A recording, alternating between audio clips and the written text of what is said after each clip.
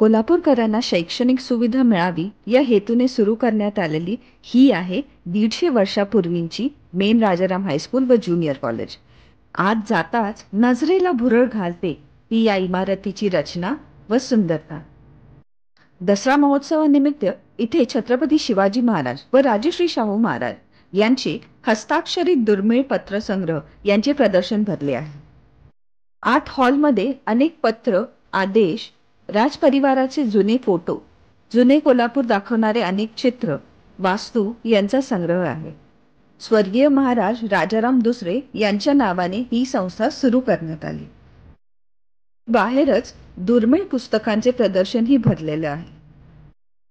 Rajasthani architecture स्टाईलने बांधलेला हा राजवाडा काळ्या पाषाणातला आहे.